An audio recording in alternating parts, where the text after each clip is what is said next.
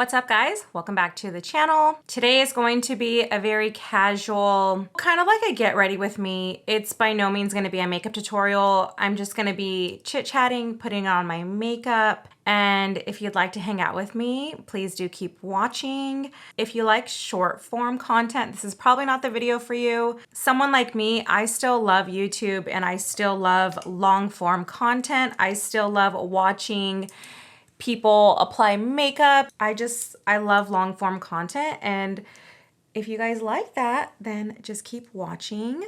I'm gonna go ahead and put my hair back. Oh, this one looks kind of ugly.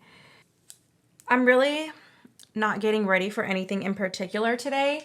I have like a couple errands to run, nothing that's a lot or excessive, so I just felt like I wanted to talk to you guys. Do I know what I want to talk to you guys about? No, I do not, but we will just chit chat together. If you guys have random questions for me, put them in the comments. I will look at them. I love looking at your guys' comments. I'll tell you guys some things that I'm using for makeup. I don't know if my makeup routine has actually changed or not. If I forget to tell you about something, just ask me in the comments and I definitely will let you know what I'm using or a shade or anything like that. This is not really about the makeup because I think everyone already knows how to put makeup on at this point. Makeup tutorials have been around for a while, and TikTok is probably an easier way to find certain things because they're shorter, form content. But if you do have a question, just let me know in the comments. I do not gatekeep. I'm more than happy to tell you what I put on. And that's what I put on right now. This e.l.f., whatever this is, Halo Glow Filter. Honestly, some people use that as their full foundation. I don't know how people use that as their foundation because I don't think it, look at me. I look like I don't have anything on. I personally don't think it covers really anything. So I don't know how people use that as foundation. To put underneath, I don't mind it. I don't know if you guys noticed, but I dropped down my resolution back to 1080. I was doing 4K, but I did notice that 4K video just takes a lot of storage space. It also takes up a lot of time. It takes way longer to render, to export, to upload to YouTube.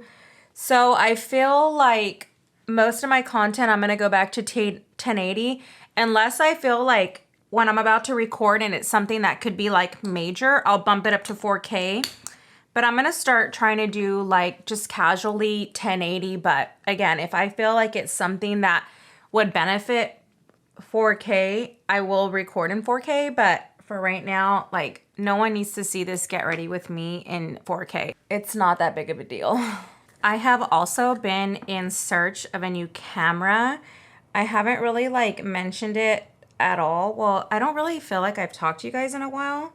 I'm not very active on social media. Like I haven't really done any TikToks and I haven't done really many YouTube videos. Not because I don't want to. You guys know I love YouTube and stuff, but I run out of content ideas. I've shared with you guys in the past. I actually live a very normal life. I'm pretty boring and I don't live in a very exciting area that I could just go out and like film like Disney vloggers do. They can easily just go to Disney and have a video. I don't have that. There's nothing really local in my area, and at home content to me, like, it's kind of boring. I think I'm sometimes boring and I don't want to bore you guys, but I have been looking for a new camera. You guys know, because I mentioned before, and I write all my film stuff in the description box, but I film with an A6400 and I have 3 amazing lenses that I rotate. They all provide a different purpose, but my main goal was always to upgrade to a full frame camera. I really want to do more photography. And even though, yes, my camera and some of my lenses take amazing photos, I really want that full frame look. So I have been researching different cameras lately. I also do know that the camera does not make the photo. You could have the best camera and still have a really crappy photo because it's all in your skill. I definitely know that. And my skills right now, let's see, out of 100%, my skills on Premiere Pro are probably at least 50 because I can complete a project and I understand things. I don't know how to do like special types of effects and stuff, or like a really advanced project, but like a beginner project and stuff, like what I've been doing, I know it. Photoshop, I feel like I only know like 10% on Photoshop. And then Lightroom, I feel like, again, I know like 50%. So I do need to up my skills on that. I'm trying to like figure out classes. I'd love to take classes to like up my skills and stuff. Like I've looked at local community college and stuff, and community colleges offer like beginner and intermediate Photoshop, but that's about it.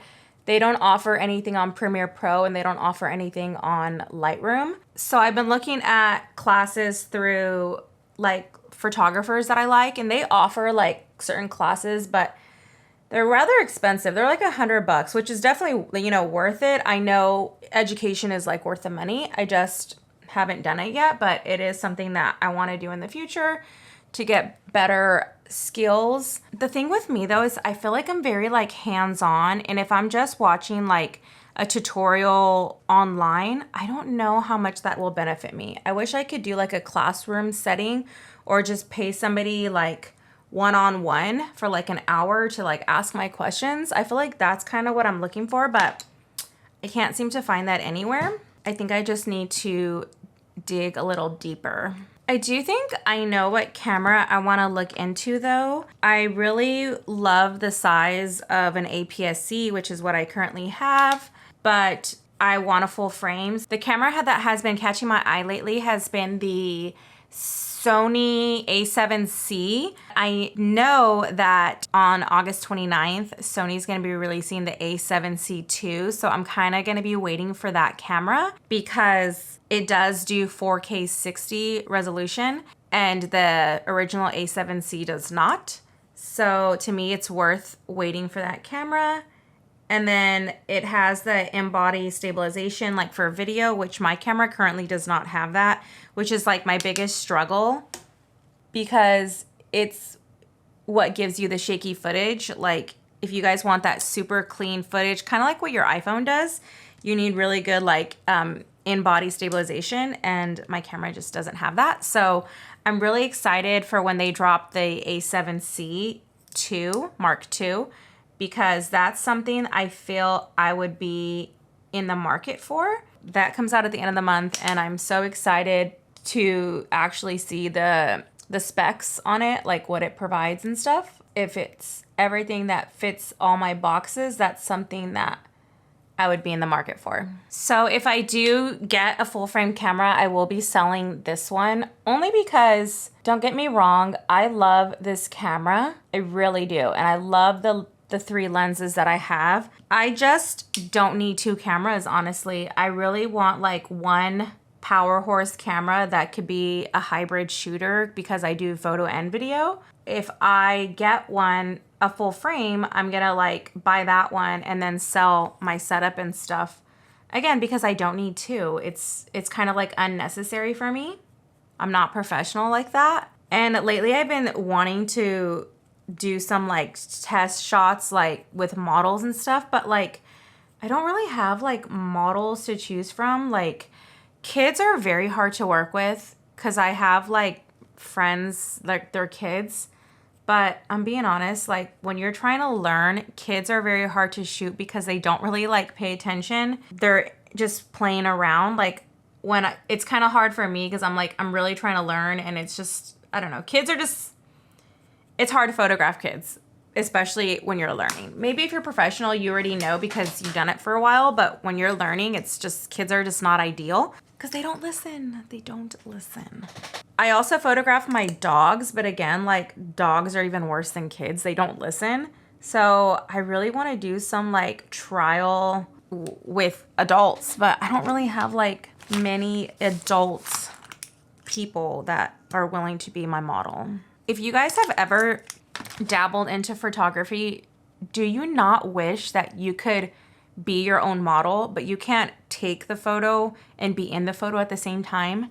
That is like one of my biggest things where I wish that I could take my own photos because I know what I like, I know my angles, and you know, I want a good photo to post on my Instagram, but like I can't take my own photos and no one else has my vision. So what I always do is like set the camera and then give it to Andrew. But like he doesn't have he can like have the settings and everything, but he doesn't have like the vision. Like I'll give him the camera and then he'll take the photo like landscape. And I'm like, yes, landscape is YouTube, but for photo, you need portrait. And he just doesn't get that sometimes. YouTube is landscape, photo is portrait. You know, I mean, photo can be landscape too, but usually when you're photographing a subject, like a person, it's usually portrait because, you know, you want to get a whole body or it just looks nicer. That's why it's called portrait, like for a portrait. And we try not to like bicker about it, but it's like, cause I know he's like trying, he's helping, but it's just like, he doesn't have my vision. So I don't know. Sometimes I wish I could like just take my own photos because I know what work I can do for other people. And I'm like, dang, I wish I could do that work for myself. Other than that, I'm being honest, I live a very boring life. I don't really have anything exciting to look forward to. Well, we're going to Oogie Boogie Bash next month. So that is something exciting for me. I don't know. I'm kind of in a little bit of like a life slump. I feel like since the wedding, I've kind of been in a little bit of like a post-wedding blues.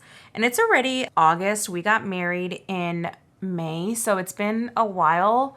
But because I wasn't in my bride era for a very long time, it's like we got married. Well, we planned everything within like 30 days. And usually a bride will plan for, I would say at least a year, maybe sometimes longer. So they're in their bride era for a very long time.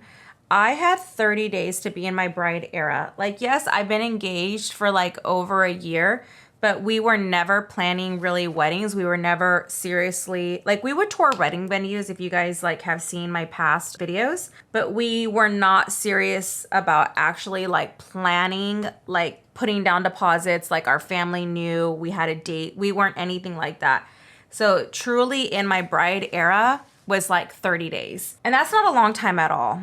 I feel like I got post-wedding blues very, very badly because you go from 1 minute like doing so much weddings and it's exciting and you have a lot of family and friends that are calling and helping and being around to like everything just ends. I just feel like after that, like, I don't know, like I've struggled to like find direction in life, purpose in life. I always wish that like my YouTube got better and popped off, but like I'm just very boring, guys. I don't know, I'm very, very boring.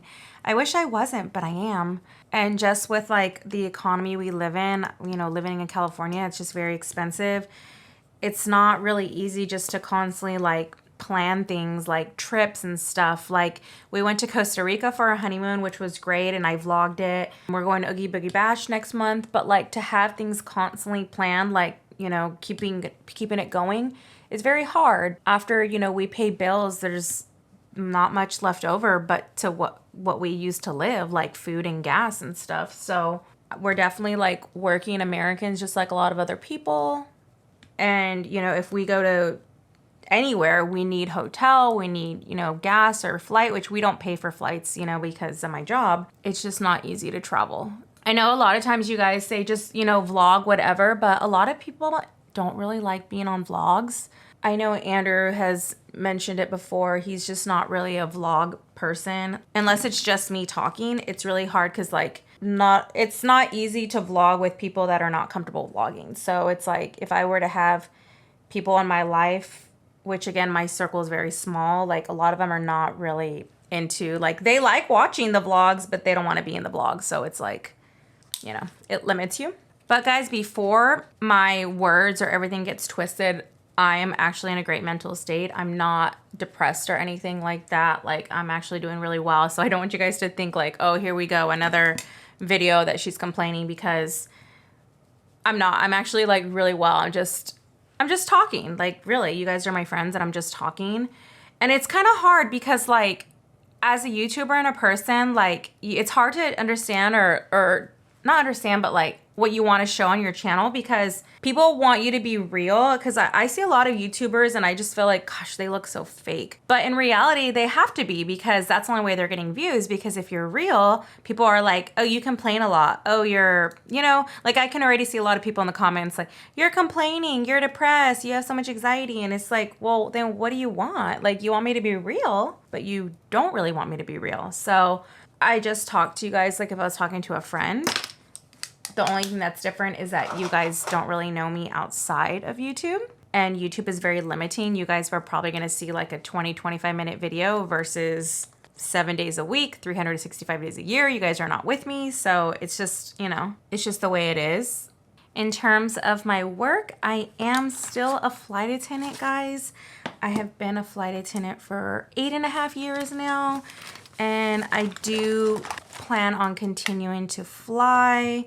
I know I don't fly as much as I used to. It's just, my main reason is I wish I just lived closer. The commuting rocks me to my death, honestly. Like, if I had one wish, is that I was not a commuter. Having to get up, get ready, do normal life, and then commute 5 hours to base, and then still be able to fly 10 hours. I mean, you guys do the math. It's exhausting. And that is my biggest struggle. So I don't want to go into too much about my work. I have my own struggles with work and I'm trying to handle them. Everything comes down to commuting. I do feel like I need to pick up like a second job. Believe it or not, you know, YouTube doesn't pay like people think it does. Yes, I am monetized on YouTube. I've been monetized on YouTube now for like 3 years, but it does not pay unless you're doing like sponsorships, or unless you're doing, you know, unless you're a bigger YouTuber. Like, you guys, I only have like 3,000 something subscribers. Some people, it looks like a lot, but it really isn't. This is like the most refreshing part. Especially when I'm hot. When you spray this, because it's cool, and then you do the fan, it's like, you're brought back to life. And then your makeup sometimes will start looking like very powdery, very cakey, and then you spray this and you're like, I'm brought back to life. Just a good feeling, you know? I was gonna put lashes on, but I don't think I am, because in reality, I'm not going anywhere, but I have my lashes right here. If you guys want a good recommendation on lashes, these Ardell Naked Lashes, they're the 421s. These babies are my absolute favorites. I love those. You can dress them up, you can dress them down. They are to die for. They are so, so good. But what was I talking about? I forgot. I get so off topic. Oh yeah, I remember. I was saying how people who make money on YouTube are people who have like 50,000 subscribers or more. But someone like me who has like a little over 3,000, it's just like it's not a source of income. Like, I get $100 from YouTube like every 4th month. Even though you guys may see some videos have like thousands of views, it doesn't really turn into revenue. And I've never done any sponsored content. Like, I've had certain people email me, but I'm being honest, I won't do a sponsored content if I don't even know who you are. I don't just want to pick up a sponsorship just to get a free product, or like try to sell something that I've never even heard of, you know? Like, that's not what I want to do in my channel. My reputation on YouTube is like everything, and I don't just want to push products that I've never even heard of. The only thing that I've ever agreed to be sent something was Liquid IV, because I actually knew what it was and I had taken it before, but Liquid IV never paid me, never anything. But they did send me for free some product, and that was really it. But I've never done a collab with them. There was no contract, no strings attached, no nothing. I know a lot of people do actual paid sponsorships with them. I've never done any of that. They just sent me product for free to try. I get emails all the time about, we'll send you this if you talk about this, but it's like, I don't even know who you are. I've never heard of this product. I've never used it. I probably will never use it. So why would I even agree? Now, if it was somebody like, you know, like Rare Beauty, I'm just using this as a pure example because I'm using their mascara, and they want to be like, hey, we want to work with you. I'll be like, oh my God, yeah, because I know what you are and I love your stuff. But in reality, like, you know, they don't come to people like me. They come to more of a bigger market of someone who has got like thousands or millions of subscribers. So more of the story, what I was saying is that YouTube is not a reliable income. So I feel like I do need to pick up a second job. Things that I love are photography, videography, but I'm no means a professional and I cannot be charging professional prices because you're not gonna be getting professional work. So that to me is more of a hobby rather than a job. I have done Instacart, where I've been like an Instacart shopper. I did that a couple years ago and I actually think that I'm still like able to do it. The thing is that where I live, it's not big. It's kind of like Uber, like in big cities and big markets, that kind of stuff is like poppin'.